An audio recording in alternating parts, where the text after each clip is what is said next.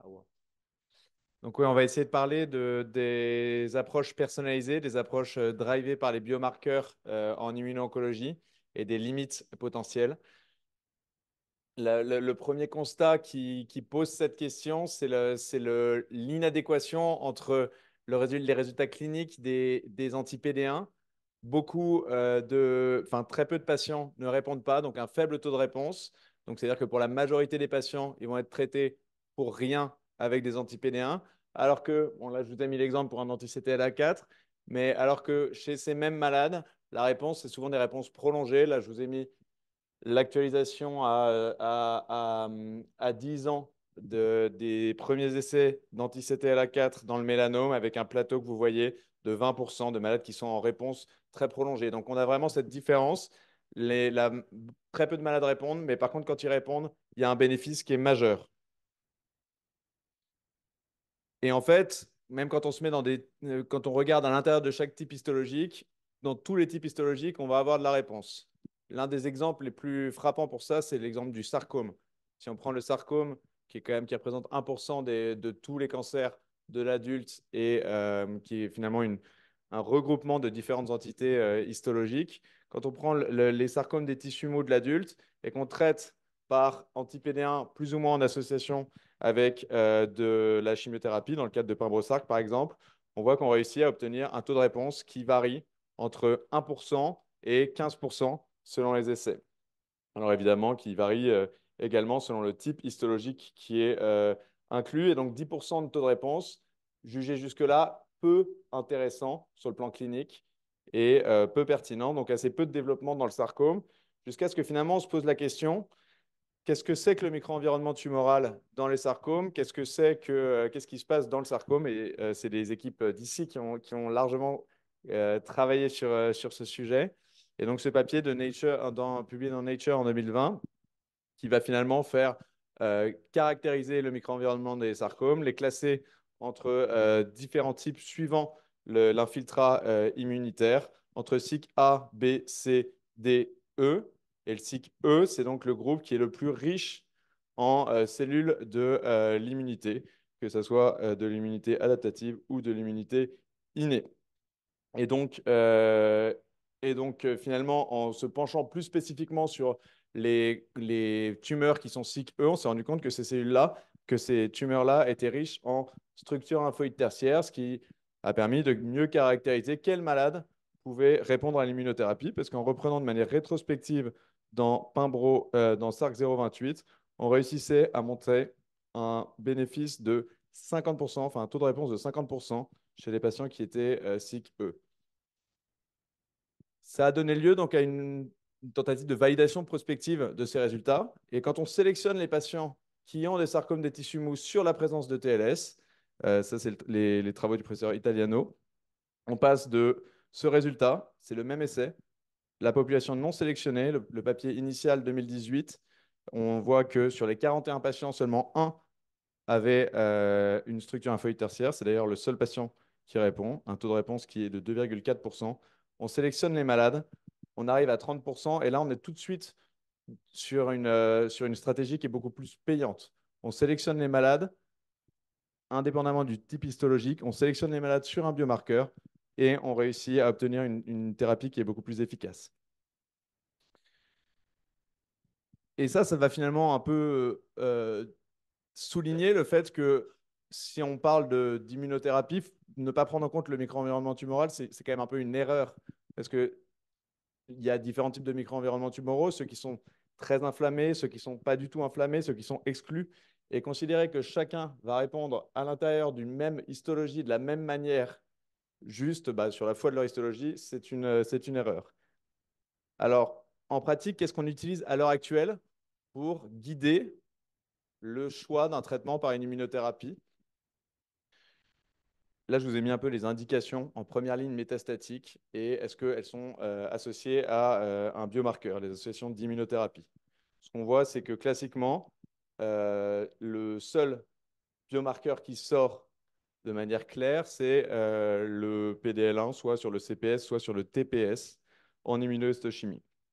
Donc ça qu'on soit en association avec la chimiothérapie ou en monothérapie. Alors, est-ce qu'il y a d'autres biomarqueurs qui ont été validés? Oui. Et ce qui est assez intéressant avec ces biomarqueurs qui sont basés sur le néoantigène, comme le Tumor Mutational Burden, le caractère MSC ou même plus récemment les mutations de Paul, et donc sur ces phénotypes hyper mutés, c'est qu'ils ont été validés et ils ont été validés de manière prospective dans des cohortes pan-tumeur, ce qui les rend finalement actionnables indépendamment du type tumoral. Donc là, si on regarde l'essai clinique avec le papier d'Aurélien Marabel qui permettait donc sur la sélection du TMB de passer de 6% à 29% de taux de réponse sur un anti-PD1 en monothérapie, ça a donné lieu à une FDA approval juste sur la base du TMB en pan-tumeur. Le deuxième exemple, c'est les tumeurs MSI non colorectales. Les tumeurs MSI high répondent aux anti-PD1. Ça, c'est les tumeurs qui sont déjà pré-traitées. Et on a également une FDA approval et on a dans certains types tumoraux une EMA approval. Donc, on répond bien à la question d'un biomarqueur prédictif. Pourquoi? Parce qu'on est actionnable. Et une fois qu'on a fait le tour du PDL1, du TMB, du MSI, on n'est plus de l'ordre de l'actionnable, on est sur de l'exploratoire. Bon, là, je vous ai mis le microbiote parce qu'il fallait que je mette quelque chose sur le microbiote. Ce n'est pas du tout mon domaine, mais vous dire que de manière rétrospective, on identifie des microbiotes qui sont associés à de la réponse chez les patients traités pour un mélanome ou pour des tumeurs épithéliales. La question, c'est toujours la même. Est-ce que ce biomarqueur, il est actionnable? Est-ce que, on peut sélectionner les malades sur la base de leur microbiote ou pas? En l'état actuel des choses, non. Rien n'a été fait de manière prospective. Est-ce que ce microbiote, il est activable? Il y a des essais, notamment des essais de phase 2 très intéressants dans le cancer du rein, mais ça reste à démontrer de manière vraiment plus large. Nous, on a travaillé dans le laboratoire de Nathalie Chaput, sur la question de. Il y a un truc qui passe pas. Sur la question de la sénescence lymphocytaire, donc la proportion de lymphocytes T sénescents circulants dans le sang de patients traités par immunothérapie. Et on s'est rendu compte que plus il y avait de lymphocytes T circulants, CD8 circulants dans le sang des patients qui allaient recevoir un anti-PD1, moins il y avait de probabilité qu'ils répondent. C'est cette courbe que vous voyez bien. Et que cette proportion de lymphocytes T circulants de lymphocytes T sénescents circulants, elle était finalement associée à une co-infection, une pré-infection, une séropositivité contre le cytomégalovirus. Comme quoi, finalement, l'histoire immunologique du patient va également jouer un rôle dans la réponse ou la résistance aux anti-PD1. Là encore, ah bah voilà, il est de retour. Là encore, se pose la question, est-ce que c'est actionnable en l'état actuel des choses? Non, ce sont des données qui sont rétrospectives. Je n'ai pas le droit de ne pas prescrire d'anti-PD1 à un patient juste parce que je trouve qu'il a beaucoup de sénescence dans le sang. Alors, actionnable, ça veut aussi dire est-ce que je peux jouer dessus? Est-ce que je peux donner des sénolytiques à mon patient? Est-ce que je peux faire des stratégies de réjuvénation? Tout ça, il y a des travaux qui sont en cours là-dessus. Je vous mets également, ça va être difficile de vous faire un catalogue complet de tout ce qui existe en termes de biomarqueurs. Un autre truc sur lequel on a travaillé aussi avec Édouard Auclin à Pompidou, qui est le LIPI, qui est une espèce de biomarqueur composite et assez low cost, mais assez bien validé, qui prend en compte le LDH et le DNLR, donc un score qui prend en compte lui-même les neutrophiles et les lymphocytes. On stratifie les patients entre LIPI good, intermediate et poor, suivant qui sont DNLR ou LDH haut. Et puis on voit que finalement, c'est assez euh, pronostic sous immunothérapie. Et nous, ce qu'on a démontré également l'année dernière et qui est en cours de soumission, c'est que si on prend les malades qui sont LIPI poor, donc qui ont un DNLR qui est élevé et des LDH qui sont élevés, ces malades-là, alors c'est évidemment une étude rétrospective, un post-hoc poulé à partir de cette phase 3, mais ces malades-là, ils ne bénéficient pas de l'ajout de aucun traitement, que ce soit donc du bevacizumab ou de l'atezolizumab ou les deux, par rapport à la chimiothérapie, ce qui n'est pas retrouvé évidemment chez les patients qui sont lipid good ou intermediate. Pareil, est-ce qu'en l'état actuel des choses, c'est actionnable? Est-ce que j'ai le droit de ne pas traiter mes malades juste parce qu'ils sont lipides? Je ne pense pas. Ce n'est pas validé de manière prospective. Est-ce que j'ai une prise, quelque chose que je peux leur faire pour réverser cet état? de l'anti-IL6, de l'anti-IL17. Tout ça, c'est absolument pas démontré. C'est des rationnels qu'on peut proposer, mais qui ne sont pas du tout démontrés. Et donc finalement, la question, c'est est-ce qu'on peut appliquer le modèle de la médecine de précision sur le plan biomol à l'immuno-oncologie? Et donc le modèle de la médecine de précision, évidemment, c'est très simplifié, hein, Le modèle de la médecine de précision, ça consiste à dire que j'ai une mutation EGFR dans le cancer du poumon. Je vais lui donner une thérapie qui va cibler la mutation EGFR et je vais obtenir une réponse. Pareil dans le mélanome avec les combinaisons inhibiteurs de BRAF, inhibiteurs de MEK. Ce qu'on voit, c'est que on pourrait s'approcher de ça si on considère les patients qui sont TMB high ou MSI high. Ces patients-là, ils répondent à l'immunothérapie. Et si on prend les patients qu'on sélectionne un peu sur l'immunohistochimie, j'enrichis un petit peu la probabilité de réponse à l'immunothérapie. En revanche, il y a un peu un souci, c'est que dans la plupart des cas, bah, le simple histologie, on prenait le cas du mélanome un peu plus tôt, le simple histologie me permet de dire ce malade-là a des chances de répondre ou de ne pas répondre à l'immunothérapie, ce qui réduit quand même pas mal la validité du PDL1 comme un biomarqueur fort et qui pourrait nous orienter vers de la médecine de précision. Il y a plusieurs challenges pour essayer d'améliorer ça et pour essayer d'avancer là-dessus. Le premier challenge, c'est de se dire que là, on parle d'immunothérapie, mais ça ne veut un peu pas dire grand-chose parce que quand on parle d'immunothérapie, il y a plein d'approches et on en a parlé assez largement déjà. Donc là, je vous ai récapitulé le bénéfice de faire chimio-immuno ou associé ou non avec du bevacizumab en première ligne dans les cancers du poumon. Je vous rappelle que dans les cancers du poumon, l'immunothérapie, l'anti-PD1 seul, le pembrolizumab, euh, a démontré un bénéfice par rapport à la chimiothérapie exclusivement en cas de score PDL1 à plus de 50%. Ce qui est surprenant, c'est quand on regarde dans la keynote 189 les résultats cliniques de chimio-immuno versus chimio, on voit qu'il n'y a aucune différence entre, suivant les sous-groupes d'expression de PDL1, entre chimio-immuno, enfin, il n'y a pas de différence d'amplitude de bénéfice suivant l'expression de PDL1. Ce qui veut dire qu'en fait, finalement, PDL1 en tant que tel, ça a un impact quand on traite par Pimbro monothérapie dans le poumon. Quand on fait chimio plus ou moins Pimbro, ça n'a aucun impact. Donc ça, c'est un premier challenge, c'est de se dire qu'en fait, un biomarqueur dans une situation A avec un traitement A, ça ne va pas marcher pour le traitement A plus B. Et donc, si on commence à partir un peu plus loin sur comment faire de la médecine de précision en immuno-onco, bah, ça commence à se compliquer parce qu'on voit que ce qui était une seule jolie case de type immunothérapie, bah, ça commence à être beaucoup, beaucoup de cases différentes. On voit que ce qu'on a validé assez bien et de manière prospective, c'est le TMB high, MSI high, anti-PD1 monothérapie. Que l'histologie peut me donner droit de manière un peu random et de manière un petit peu non biomarqueur ciblée à traiter les malades par une association ou par anti-PD1 seul. Et que dans certains cas très particuliers, si je prends l'histologie et que je la combine avec le PDL1 en immunohistochimie, je vais pouvoir faire soit de l'anti-PD1 monothérapie, soit dans certains cas particuliers, comme le col par exemple, je vais pouvoir rajouter de l'immunothérapie en plus de la chimiothérapie. Mais en fait, il nous manque encore quelque chose, c'est que on vient de parler du micro-environnement tumoral et tous ces outils qu'on utilise, ils permettent de passer probablement de 5% à 30% de taux de réponse et on n'est pas encore dans la précision, on n'a pas encore une analyse qui est très fine du micro-environnement tumoral et on ne prend pas encore en compte les différences qui peuvent exister entre un micro-environnement qui peut être hot, cold ou excluded, les cytokines en présence et également les populations immunitaires en présence. C'est pareil pour l'analyse de l'hôte. Je vous ai montré des biomarqueurs qui sont un peu émergents, la sénescence lymphocytaire. On n'a pas du tout ces analyses-là, donc on n'est pas encore dans de la grande précision.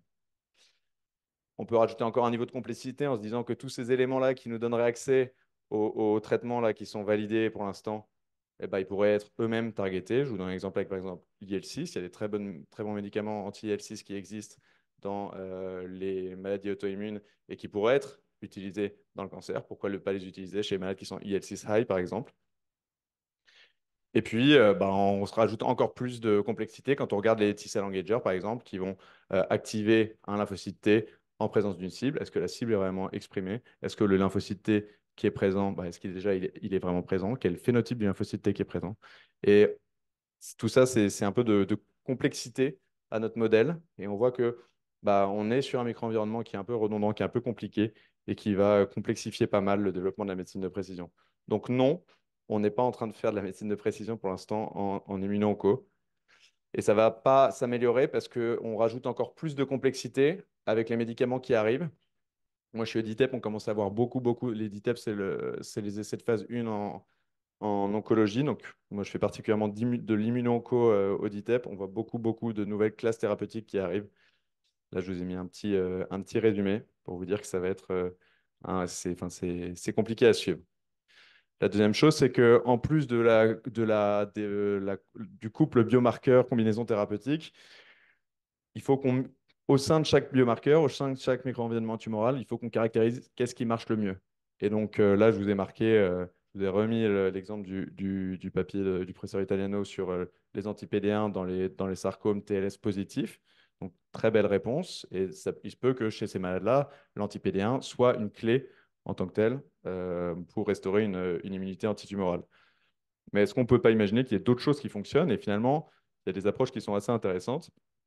Là, je vous ai mis un exemple d'un essai de phase 2 qui prend des poumons en première ligne de traitement et qui les randomise exclusivement en fonction du RNA-seq et du TMB.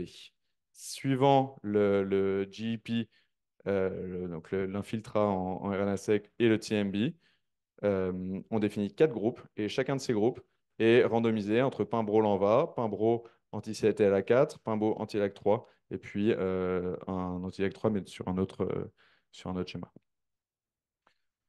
Pour l'instant, c'est des résultats qui ne sont pas matures, qui ont été publiés dans Nature récemment, mais voilà, c'est juste pour vous illustrer que probablement que même au sein de chaque sous-type tumoral, au sein de chaque biologie, chaque micro-environnement tumoral, de chaque histologie, on peut encore améliorer les choses. Et c'est vraiment ce genre de dynamique qui peuvent nous amener vers de la médecine de précision.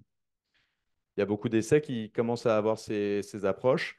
Donc, je vous ai cité le professeur Italiano, donc, qui est PI de ces deux essais qui randomisent des tumeurs qui sont TLS positives pour qu'elles reçoivent de l'immunothérapie. Pas qui randomisent pas, qui incluent des tumeurs TLS positives pour qu'elles reçoivent de l'immunothérapie. Le professeur Marabel à Gustave Roussy a récemment obtenu un RHU qui vise à faire un portrait, donc un profiling immunologique global sur de la tumeur et sur le sang, et qui vise à faire des biomarker-driven cohorts euh, vraiment basés sur le micro-environnement tumoral.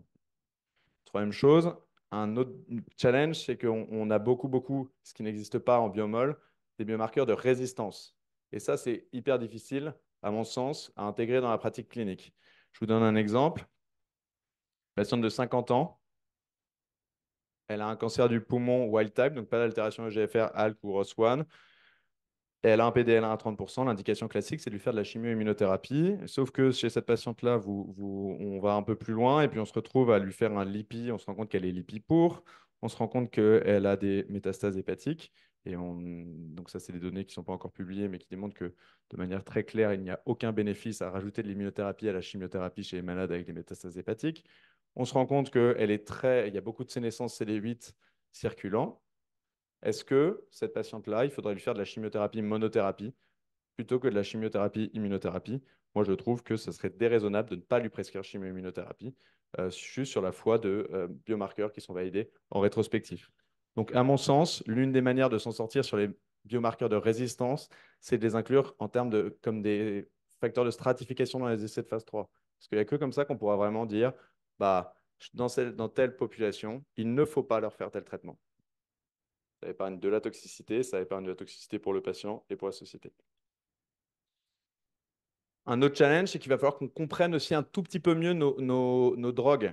Là, je vous fais l'histoire des anti-CTLA4. L'histoire des anti-CTLA4, c'est de se dire que CTLA4 se fixe sur le CD80, CD86 avec plus d'affinité que le CD28 et donc empêche la co-stimulation, classiquement décrite initialement comme étant plutôt au niveau du ganglion de drainage de la tumeur. Et donc, le rationnel initialement, c'était de se dire que rajouter des anti-CTLA4 aux anti-PD1, c'était favoriser le priming du T à l'intérieur du ganglion de drainage.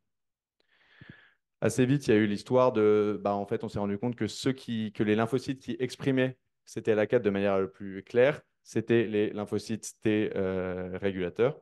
que par ailleurs l'ipilimumab était une IgG1 donc qui fonctionnait à l'aide du Fc gamma récepteur. Et puis on s'est également rendu compte que il y avait une déplétion des lymphocytes T régulateurs chez les patients qui étaient traités par ipilimumab. Donc encore une fois, est-ce qu'on ne s'est pas trompé de mécanisme d'action? Est-ce qu'il n'aurait pas été intéressant ou est-ce qu'il ne serait pas intéressant à l'heure actuelle de développer des cohortes chez les patients qui sont Treg high? Un peu la même histoire, je vais la faire plus rapidement pour TIGIT. Très récemment, on a eu des données, donc des essais de phase 2 qui étaient très encourageants, qui combinaient un anti-PDL1 avec du tiragolumab.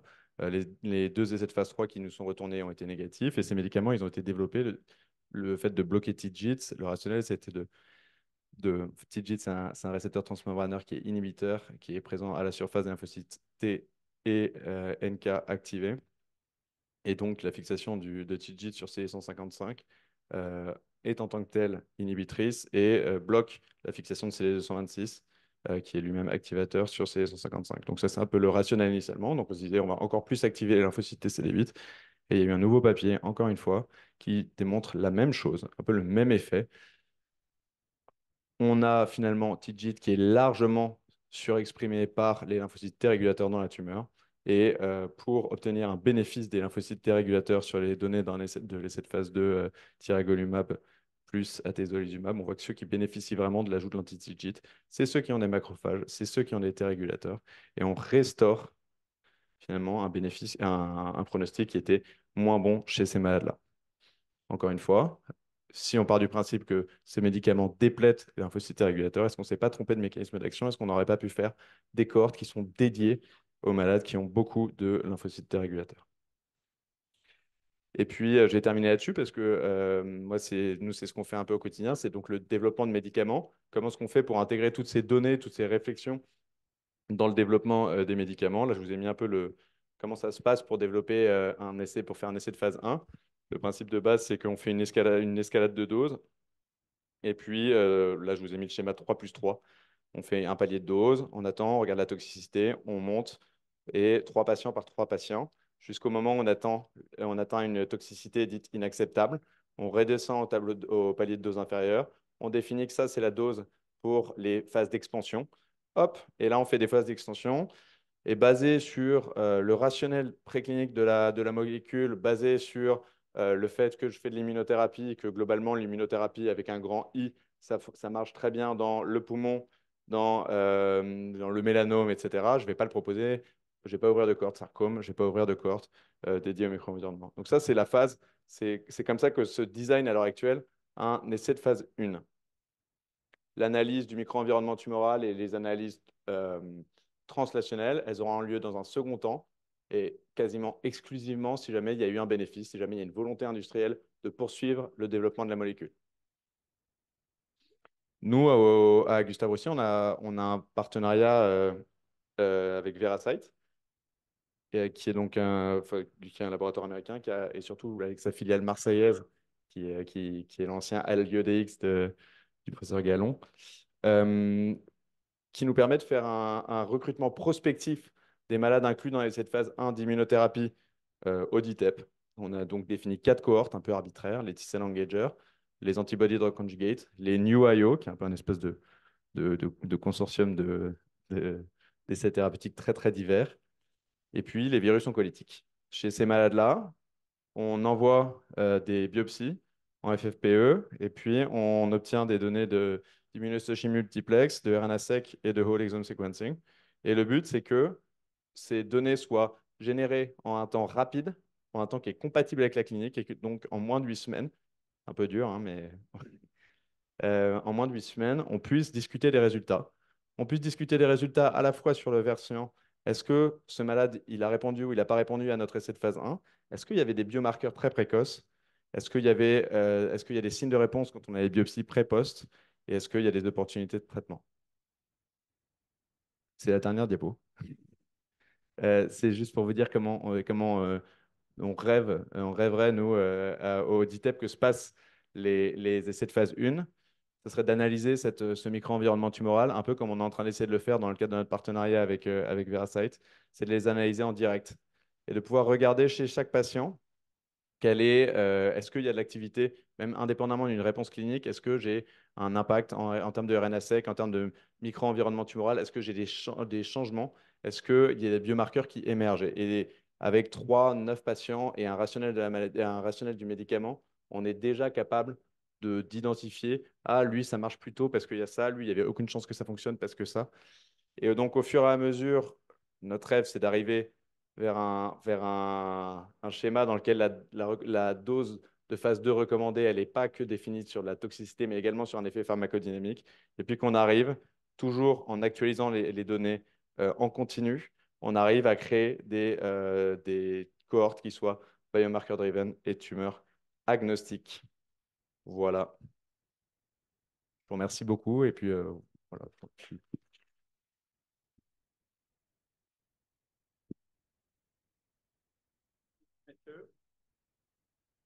Pas si on a le temps pour une ou deux questions, peut-être dans la salle. J'avais une question par rapport, de façon générale, par rapport à ces biomarqueurs. On voit la complexité liée en particulier au fait qu'on cherche à la fois des caractéristiques dans les cellules tumorales et dans le micro-environnement. Tu as bien montré la très grande hétérogénéité des résultats, par exemple concernant l'expression de PDL1.